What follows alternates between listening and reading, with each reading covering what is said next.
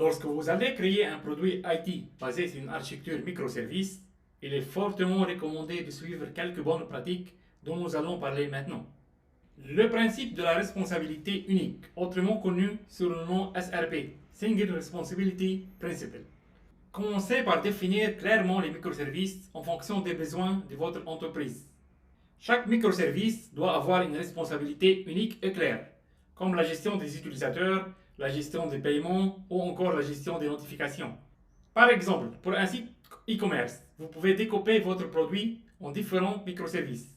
On pourrait imaginer un microservice qui gère les utilisateurs, un autre qui gère le traitement des commandes et encore un autre qui va se charger de la gestion de l'inventaire.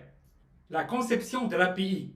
Chaque microservice exposera ses fonctionnalités via une API, souvent REST ou gRPC par exemple. Il est crucial que l'API soit bien conçue pour faciliter l'intégration et l'utilisation par des consommateurs, qui peuvent être soit d'autres services ou des applications web ou mobiles. Par exemple, un microservice de gestion des commandes pourrait exposer un API REST, avec des endpoints permettant de créer, mettre à jour ou annuler une commande. La communication entre les microservices. Les microservices doivent communiquer entre eux pour effectuer des tâches. Cette communication peut être synchrone, par exemple via HTTP REST ou gRPC, ou asynchrone, via des systèmes de messagerie comme Kafka ou RabbitMQ. Par exemple, lorsqu'une commande est créée via un microservice de gestion des commandes, un message peut être envoyé à travers Kafka et d'autres microservices peuvent réagir à ce message de manière asynchrone, comme cela pourrait être le cas d'un microservice de gestion d'inventaire qui mettra à jour le stock. La sécurité. Lorsque vous mettez en place un microservice, il faudrait définir la manière dont les consommateurs pourront y accéder. Par exemple, on pourrait sécuriser l'accès à nos microservices par le biais d'une clé d'API, des jetons GWT ou en passant par du OAuth. C'est quoi une clé d'API? Une clé d'API est une chaîne de caractères unique, utilisée pour authentifier les demandes vers un microservice. Cette clé est généralement incluse dans l'entête de la requête HTTP et permet au microservice de vérifier l'identité du client, qui contient des informations sur l'utilisateur et les autorisations d'accès. Ils sont souvent utilisés pour authentifier les utilisateurs et autoriser l'accès aux ressources dans un système distribué. Les jetons JWT peuvent être émis par un service d'authentification après une connexion réussie et sont inclus dans les requêtes vers les microservices pour permettre l'accès. Le protocole OAuth. OAuth est un protocole d'autorisation ouvert qui permet à une application tierce d'accéder aux ressources protégées d'un utilisateur sans avoir à révéler les authentifiants de l'utilisateur. OAuth peut être utilisé pour gérer l'accès aux microservices en permettant aux clients d'obtenir des jetons d'accès via un processus d'autorisation. Chacune de ces méthodes présente ses propres avantages et convient à différents cas d'utilisation. La sélection de la méthode appropriée dépend des besoins spécifiques de sécurité, de l'architecture de l'application et des exigences de l'entreprise. Le déploiement et l'orchestration. Utilisez des outils d'orchestration de conteneurs pour déployer et gérer vos microservices en production. Cela facilite la mise à l'échelle automatique, la gestion de la charge et la résilience du système, entre autres. Parmi les plus populaires, on retrouve Kubernetes, que vous pouvez gérer vous-même ou utiliser en mode service managé, comme celui de Google GKE, Google Kubernetes Engine, ou celui d'AWS EKS, Elastic Kubernetes Service. Bien sûr, vous n'êtes pas obligé d'utiliser Kubernetes. Il y a d'autres choix, comme par exemple le service AWS ECS, Elastic Container Service. Lors du développement, vous allez avoir besoin de déployer vos microservices en local. Pour cela, vous pouvez utiliser par exemple Docker Compose. Le monitoring et le logging. La mise en prod nécessite la mise en place d'un système de monitoring et de logging pour suivre l'état de santé de vos microservices, collecter des métriques et tracer les requêtes à travers le système. Par exemple, vous pouvez utiliser Prometheus pour stocker les métriques et Grafana pour les visualiser. Et pour la consultation des logs, vous pouvez utiliser la stack ELK connue, Elasticsearch pour E, Logstash pour L et Kibana pour le K. Elasticsearch va indexer les données, dans ce cas, les logs. Logstash va pousser les logs dans Elasticsearch et Kibana permettra de consulter les logs. La tolérance aux pannes. Assumez que les services peuvent échouer à tout moment. Utilisez des patterns comme le circuit breaker pour prévenir les défaillances en cascade. Bien sûr, pour comprendre bien ça, on va illustrer ce pattern avec un schéma pour comprendre son utilité plus facilement. Je commence tout d'abord par vous expliquer la problématique qu'on peut rencontrer dans une architecture microservice. Et après, on verra comment la résoudre avec le pattern circuit breaker. Imaginons qu'on a plusieurs services. Le service A qui va appeler le service B, le service B qui va appeler le service C, et le service C qui va appeler à son tour le service D. Admettons que le service C est déployé sur un serveur Tomcat et on a un thread pool de 100 threads, c'est-à-dire qu'on peut traiter en parallèle 100 requêtes et que le client HTTP dans le service C est configuré avec un timeout de 15 secondes. Maintenant, imaginons qu'à l'instant T, le service D ne répond plus et on reçoit une requête qui va traverser tous les services jusqu'au service C. Le service C va à son tour essayer d'appeler le service D. Comme le service D ne répond plus, comme on voit sur l'écran, un thread dans le service C sera bloqué pendant les 15 secondes du timeout et seulement après, il pourra répondre à la requête provenant du service B.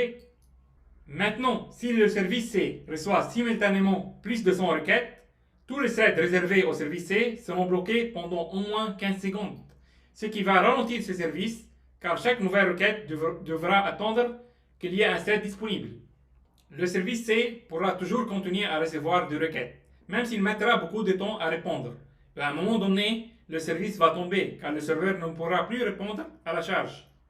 Une fois que le service C est tombé, ce scénario peut se répéter en faisant tomber en chaîne tous les autres services, c'est-à-dire le service B, puis après le service A. Maintenant, on va essayer de résoudre ce problème avec le pattern circuit breaker. Mais avant de commencer, voyons c'est quoi ce pattern. Un circuit breaker est un modèle de conception utilisé dans le développement logiciel pour améliorer la résilience des systèmes distribués. Il tire son nom des disjoncteurs électriques utilisés dans le circuit électrique, qui se coupent automatiquement pour empêcher les dommages en cas de surcharge ou de dysfonctionnement. Un circuit breaker peut avoir trois états principaux: fermé, ouvert et semi-ouvert. Fermé, lorsque tout fonctionne normalement, le circuit breaker est en position fermée et permet à toutes les demandes de passer. Ouvert, lorsqu'un seuil d'échec est dépassé, le circuit breaker passe en position ouverte et rejette toutes les demandes sans les exécuter. Semi-ouvert, après un certain temps écoulé depuis le passage en position ouverte, le circuit breaker peut passer en position semi-ouverte, ce qui permet de laisser passer quelques demandes pour tester si le service externe est de nouveau opérationnel. Comme vous voyez sur l'écran ici, on a deux microservices, le microservice A et le microservice B. Admettons que le microservice B est down, c'est comme on peut voir sur l'écran. Le circuit breaker est en position ouverte, c'est-à-dire elle ne laisse pas passer les requêtes. Voyons maintenant comment ce pattern nous aide à résoudre le problème dont on a parlé tout à l'heure. Comme dans notre exemple, le service D est hors service, si on avait un circuit breaker par exemple entre les services C et D, on éviterait le problème de service qui tombe en cascade, en commençant par le service C. Mais comment expliquer ça? Au début, le service C va essayer d'appeler le service D un certain nombre de fois. Et il va voir qu'à chaque fois, le service D ne répond pas. Donc le service C va mettre le circuit breaker en état ouvert. Ce qui fait que le service C ne pourra plus appeler le service D. Et donc à chaque fois que le service C reçoit une requête, il répondra immédiatement avec une erreur. Cela évite que les threads ne soient bloqués pour rien et que le système ait toujours des ressources pour répondre à la charge. De cette même façon, on pourra mettre en place ce pattern entre les différents services. Bien sûr, cela dépendra de nos besoins. La haute disponibilité. Déployez plusieurs instances de vos microservices pour garantir la haute disponibilité. On va illustrer ce principe avec le schéma à l'écran. Comme vous voyez à l'écran, sur la partie gauche, on a une architecture basique avec une seule instance du service A et un consommateur de ce service qui pourrait être un autre service, une application web ou mobile. Si le service A tombe, les consommateurs ne pourront plus appeler le service A. Si la seule instance du service A tombe, les consommateurs ne pourront plus appeler le service A. Pour résoudre ce problème d'architecture, on va déployer plusieurs instances du service A. Le load balancer enverra les requêtes des consommateurs sur l'une des trois instances du service A, comme indiqué sur les schémas à droite. Si l'instance 1 du service tombe, le load balancer continuera à envoyer le trafic vers les deux instances qui sont toujours opérationnelles, ce qui nous garantit une haute disponibilité. La documentation. Il faut bien penser à définir et documenter clairement les contrats de vos API. Pour cela, vous pouvez utiliser par exemple Swagger ou Springdok OpenAPI. Le versionning. Gérer les versions de vos API pour éviter les interruptions lors des mises à jour. Admettons que nous ayons un endpoint avec l'URI API/v1/commande qui permet de créer des commandes et que ces endpoints soient consommés par beaucoup de consommateurs. Imaginons qu'une nouvelle fonctionnalité arrive et qu'on doit faire évoluer le contrat de ces endpoints pour changer les payloads de la requête. Si on modifie directement les contrats du endpoint API/v1/commande, tous les consommateurs de ces endpoints seront impactés et ne pourront plus créer de commandes.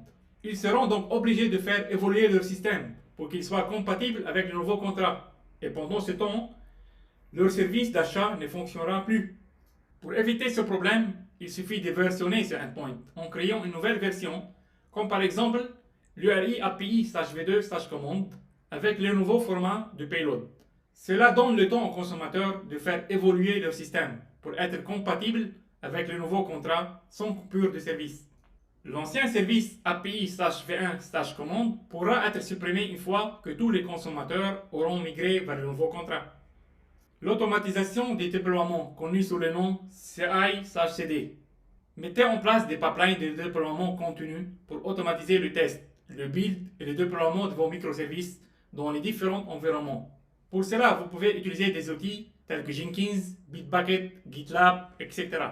Pour déployer toute l'infrastructure de vos microservices, utilisez le principe de l'infrastructure as code. Cela vous permet de générer automatiquement toute l'infrastructure selon l'état que vous désirez. Parmi les outils les plus populaires pour faire de l'infrastructure as code, on retrouve Terraform, Ansible, AWS CloudFormation, si votre infra est sur Amazon bien sûr. L'organisation des équipes.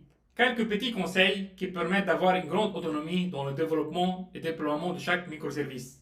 Structurez les équipes autour des domaines métiers ou des fonctionnalités spécifiques de l'application plutôt que par couche technique. Chaque équipe est responsable de la conception, du développement, du déploiement et de la maintenance des microservices qui correspondent à son domaine métier.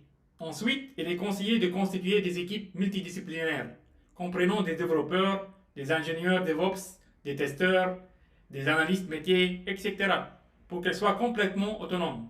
Et enfin, encourager la communication et le partage de la connaissance entre les équipes. En suivant ces bonnes pratiques, vous pourrez maximiser les avantages des microservices tout en minimisant les risques associés à leur complexité.